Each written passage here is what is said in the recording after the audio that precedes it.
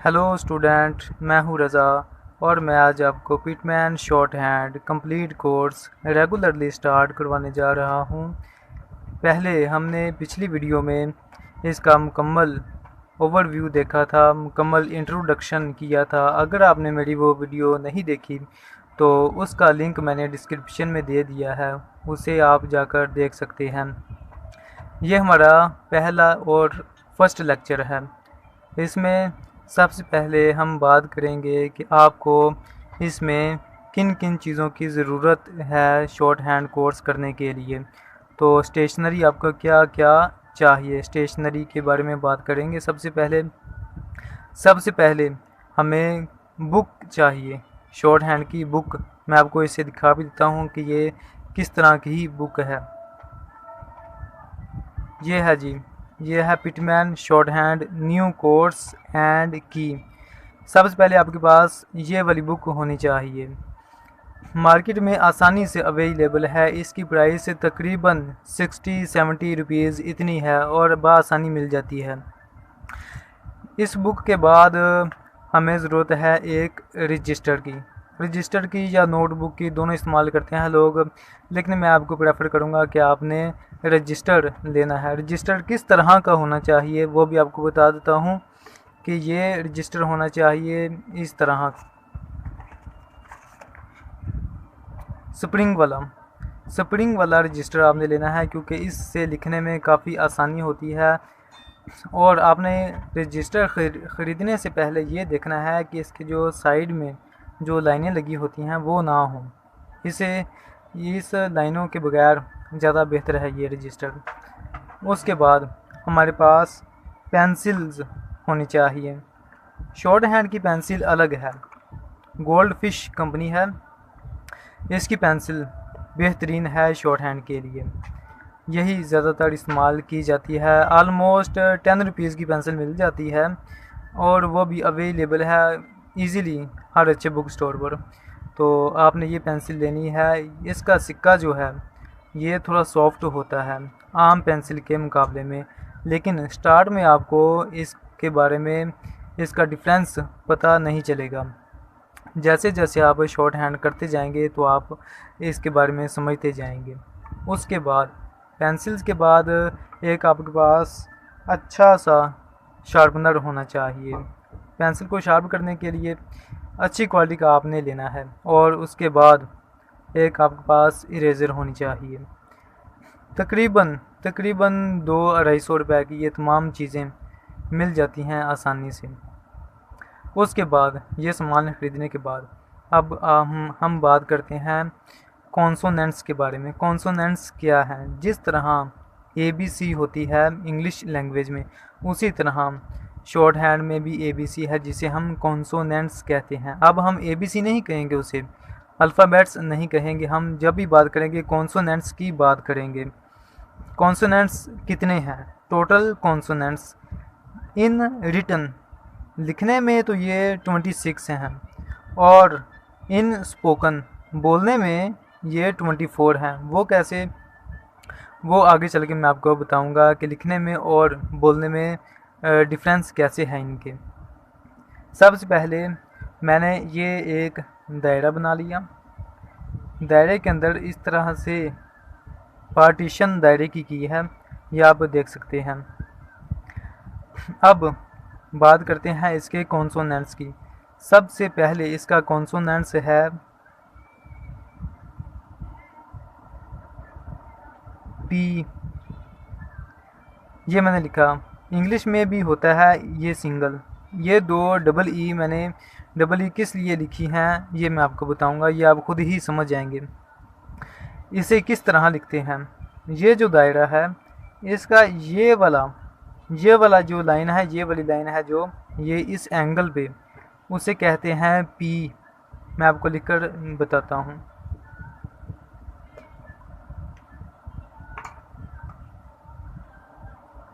ये देखिएगा, ये जब आपने लिखना है, ये दो लाइनों के दरमियान से इसे स्टार्ट करना है और इसी एंगल से आपने लिखना है। तो ये है पी बिल्कुल लाइट सा लिखना है, दबा के पेंसिल को नहीं लिखना। मैं आगे भी लिखता हूँ इसी को। ये है पी, ये है पी, ये है पी। इसी तरह हम लिखते जाएंगे, लिखते जाएंगे। ये तो हो गया जी पी। अब अगला कॉन्सोनेंट्स कौन सा है? वो है बी। पी और बी। बी को कैसे लिखते हैं? ये जो हमने पी लिखा है, ये वाला पी लिखा है, इसे हम थोड़ा सा दबा के लिखेंगे, गहरा करके लिखेंगे, तो इसे कहेंगे बी। इसी तरह मैं आगे भी लिखता हूँ।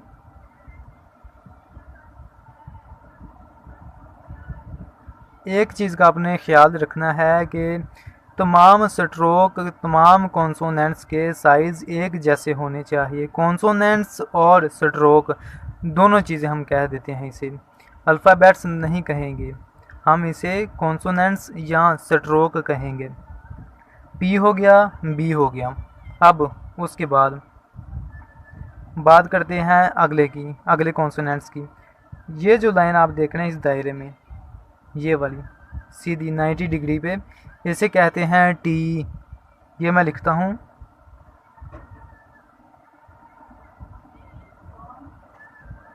और इसे शॉर्ट हैंड में ऐसे लिखेंगे, टी टी टी और टी टी। ये तो हो गया हमारे पास टी। अब इससे अगले वाला नेक्स्ट कॉन्सोनेंट्स लिखते हैं, वो है डी। इसी तरह जैसे हमने पी को लिखा था, उसे गहरा किया था तो बी बन गया। फिर हमने टी लिखा, उसी को हम गहरा करके लिखेंगे, थोड़ा सा पेंसिल को दबा के लिखेंगे तो ये डी बन जाएगा। मैं लिखता हूँ इसे,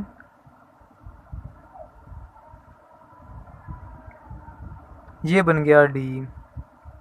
4 कॉन्सोनेंट्स हमारे पास हो गए। हम इस वीडियो में हम 8 कॉन्सोनेंट्स के बारे में बात करेंगे। पी हो गया, बी हो गया, टी हो गया, डी हो गया। आगे हम बात करेंगे इस वाली लाइन की, इसे कहते हैं चे। इस एंगल पे मैं लिखने लगा हूँ,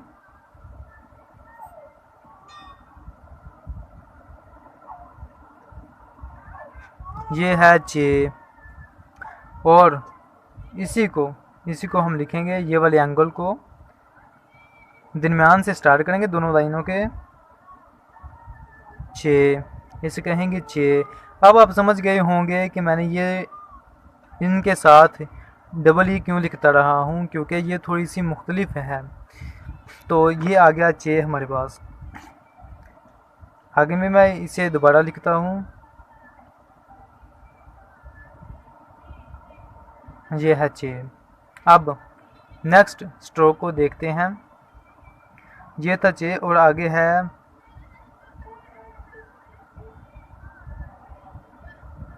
जे। अब जैसे हमने इन्हें लिखा था, पी के साथ हल्का फिर गहरा करके लिखा, फिर हल्का फिर गहरा लिखा। इसे भी ये पहले मैंने लाइट लिखा है, हल्का लिखा है, और अब इसे भी दबा के पेंसिल गहरा करके लिखेंगे तो उसे जे कहेंगे। और दरमियान से मैं स्टार्ट करने लगा हूँ, ये है जे, जे, जे, जे और जे। ये तो हो गया पी, बी, टी, डी, चे, जे। और आगे उसके अलावा है के। इसे कैसे लिखेंगे? आप ये लाइन देख रहे हैं, ये वाली लाइन, इस लाइन को हम बिल्कुल लाइन के ऊपर लिखेंगे, ऑन द लाइन लिखेंगे। के ये जल्दी नज़र तो नहीं आता, लेकिन आपने लाइन के ऊपर या नीचे नहीं करना, बिल्कुल ऑन द लाइन लिखना है। और इतना आपने पेंसिल को दबाना है कि ये बिल्कुल, ये सिर्फ नज़र आ जाए। ये हमारे पास के है। मैं आगे भी लिखता हूँ, ये मैंने लिख दिया। अब इसी तरह इससे अगला जो कॉन्सोनेंट है, कॉन्सोनेंट मैं लिखने लगा हूँ,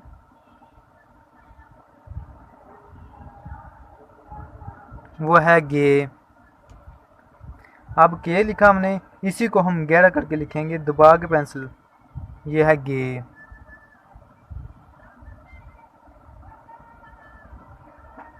ये है गे। ये थे 8 कॉन्सोनेंट।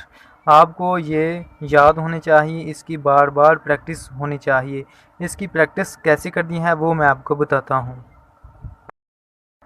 जी तो दोस्तों, आपने प्रैक्टिस इस तरह करनी है कि सबसे पहले मैंने लिखा स्ट्रोक पी, उसकी प्रैक्टिस मैंने इस तरह की।